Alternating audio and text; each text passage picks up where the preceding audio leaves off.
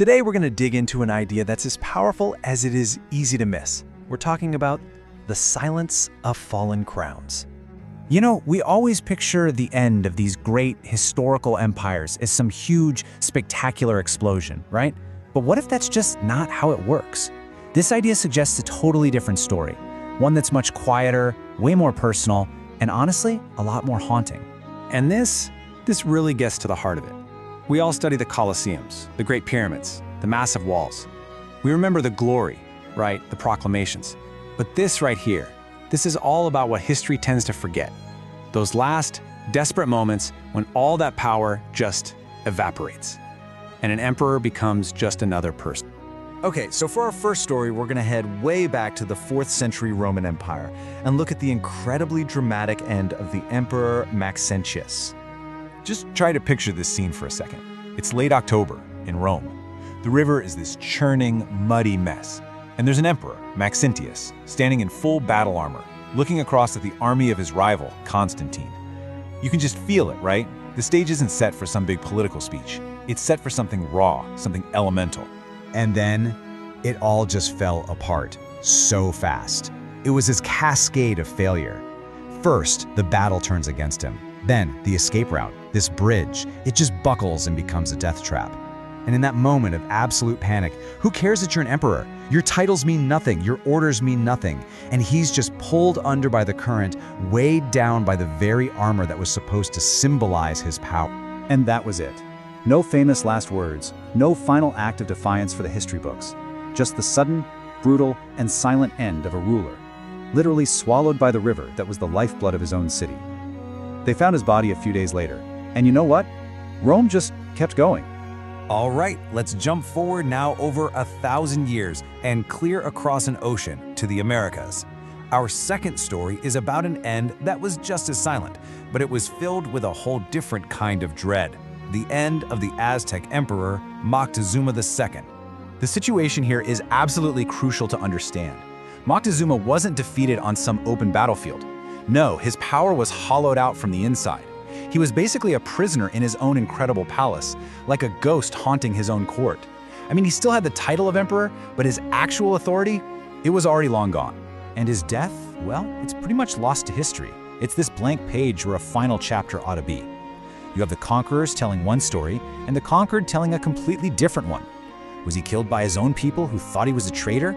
Or was he just quietly removed by the Spanish once he wasn't useful as a puppet anymore? The truth is, we'll probably never know for sure. Just let that sink in for a second.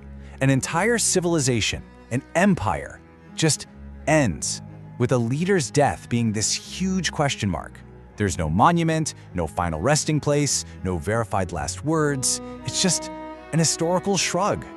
The silence here isn't chaos, it's indifference.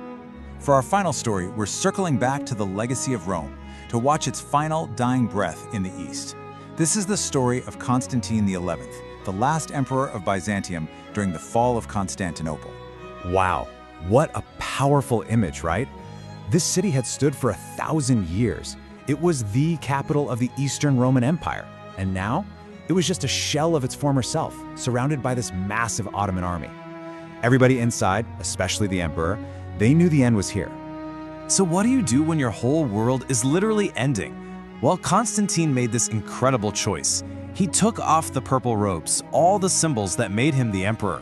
He just became another soldier, impossible to tell apart from any other man defending the city. He chose not to be captured as a prize, but to die as one of his own people. And here's the final mystery. He was never found. Not for sure, anyway.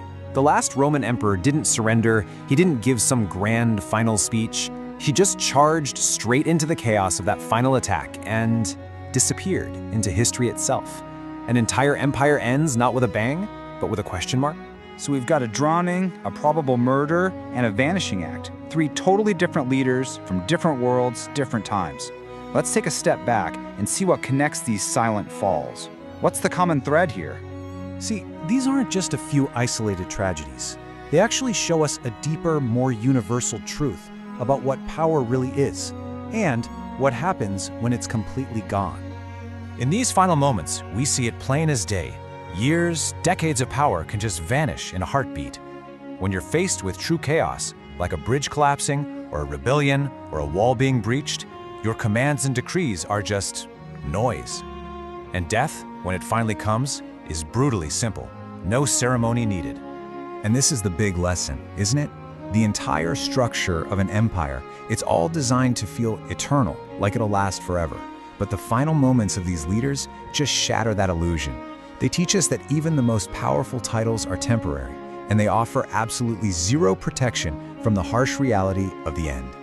So after all that, after exploring these forgotten last hours, what's the final idea we should walk away with?